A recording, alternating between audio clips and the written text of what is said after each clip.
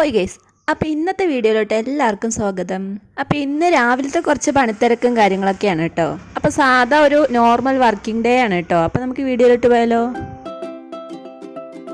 ഇപ്പം ഏകദേശം ഒരു 6:30 6:45 ആയിട്ടുണ്ടാവും കേട്ടോ സമയം. അപ്പം ഞാൻ എണീറ്റ പാടെ പോയിട്ട് വാതിലും ജനലൊക്കെ തുറന്നിടും കേട്ടോ. അതിനുശേഷം ഞാൻ പോയിട്ട് ഫേസ് ഒന്ന് വാഷ് ചെയ്യും. ബ്രഷൊക്കെ ചെയ്ത് കഴിഞ്ഞിട്ടാണ് കേട്ടോ ഫേസൊക്കെ വാഷ് ചെയ്യുന്നത്. അത് കഴിഞ്ഞിട്ട് ഞാനൊന്ന് പുറത്ത് പോയി നോക്കിയപ്പോൾ അത്യാവശ്യം നല്ല രീതിയിൽ മഞ്ഞുണ്ട് കേട്ടോ.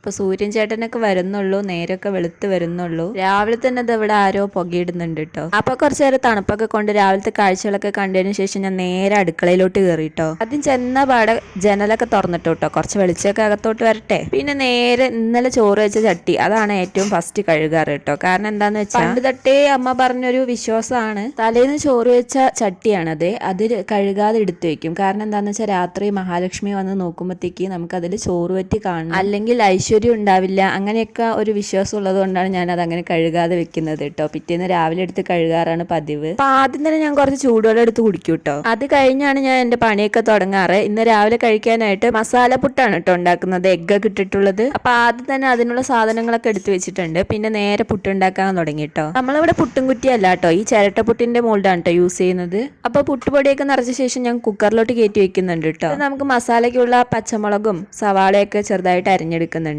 ഈ സാധനം ഉണ്ടല്ലോ പെട്ടെന്ന് ഉണ്ടാക്കാനും പറ്റും, അത് മാത്രമല്ല കഴിക്കാനും നല്ല ടേസ്റ്റ് ആണ്. എന്റെ ഓർമ്മയിലെ തട്ടുകടകളിലൊക്കെ ഇത് കിട്ടുമെന്ന് തോന്നുന്നു, പുട്ടും മുട്ടയും മിക്സ് എന്ന് പറഞ്ഞു. വേറെ കറികളൊന്നും അപ്പൊ ഇതിന്റെ കൂടെ ഉണ്ടാക്കേണ്ട ആവശ്യമില്ല. സാധാരണ നമ്മള് ഉള്ളിയും തക്കാളിയും വെളുത്തുള്ളി ഇഞ്ചി പേസ്റ്റ് ഒക്കെ ചേർത്തിട്ട് നല്ല വഴറ്റി എടുക്കുക. എന്നിട്ട് പൊടികളായിട്ട് മഞ്ഞൾ പൊടി, മുളക് പൊടി, ഉപ്പ്, പിന്നെ കുറച്ച് മാത്രം ഗരം മസാല, കുറച്ച് ടൊമാറ്റോ സോസും സോയാ സോസും കൂടി ചേർക്കുന്നുണ്ട് കേട്ടോ. എന്നിട്ട് നല്ല രീതിയിൽ വഴറ്റി എടുത്തിട്ട് 2 മുട്ട കൂടി പൊട്ടിച്ചൊഴിച്ചു കൊടുക്കുന്നുണ്ട്. എന്നിട്ട് ഈ മുട്ടയുടെ വെള്ളമയൊക്കെ മാറുന്നവരെ നല്ല ഒന്ന് ചിക്കി എടുക്കുക.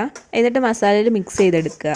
ഗ്രേവി വേണമെന്നുണ്ടെങ്കിൽ കുറച്ച് ചൂടുവെള്ളം ചേർത്ത് കൊടുക്കുക കേട്ടോ. ഞാനിപ്പോൾ ചൂടുവെള്ളം ഒന്നും ചേർക്കുന്നില്ല. അതിൻ്റെ മേലെ നമ്മൾ പുട്ട് ഉണ്ടാക്കി വെച്ചത് പൊടിച്ച് ചേർത്ത് കൊടുക്കുക. എന്നിട്ട് നല്ല മിക്സ് ചെയ്യുക. അവസാനം കുറച്ച് മല്ലിയില കൂടി ഇട്ട് കൊടുക്കുന്നുണ്ട് കേട്ടോ. ഇത്ര ആയിക്കഴിഞ്ഞ് വെച്ചാൽ നമ്മുടെ മസാലപ്പുട്ട് ഇവിടെ റെഡി ആയിട്ടുണ്ട്. ഇതിനിപ്പോൾ നമുക്ക് കറിയൊന്നും ഉണ്ടാക്കേണ്ട ആവശ്യമില്ല കേട്ടോ. ഇങ്ങനെ തന്നെ കഴിക്കാൻ തന്നെ നല്ല ടേസ്റ്റ് ആയിരിക്കും. വേണമെങ്കിൽ നമുക്ക് ടൊമാറ്റോ സോസ് ഒക്കെ കൂട്ടി കഴിക്കാം കേട്ടോ. അപ്പൊ കുറച്ച് വൃത്തിയാക്കൽ പരിപാടി കൂടി കഴിഞ്ഞു വെച്ചാൽ അടുക്കള പണി കഴിഞ്ഞു കേട്ടോ. നമുക്ക് ഇവിടെ രാവിലെ ചായയും കാപ്പിയൊന്നും പതിവില്ലാത്തതുകൊണ്ട് തന്നെ അതൊന്നും ഉണ്ടാക്കേണ്ട ആവശ്യമില്ല കേട്ടോ. അപ്പൊ നേരെ ഏട്ടന് ഫുഡ് കൊടുത്തായിരുന്നു. ആളെ ഓഫീസിൽ പോയി കഴിഞ്ഞ ശേഷം ഞാനും ഇരുന്ന് ഫുഡ് കഴിച്ചു. അപ്പൊ ഇന്നത്തെ വീഡിയോ ഇത്രേ ഉള്ളൂ. അപ്പൊ ശരി, എന്നാ പിന്നെ.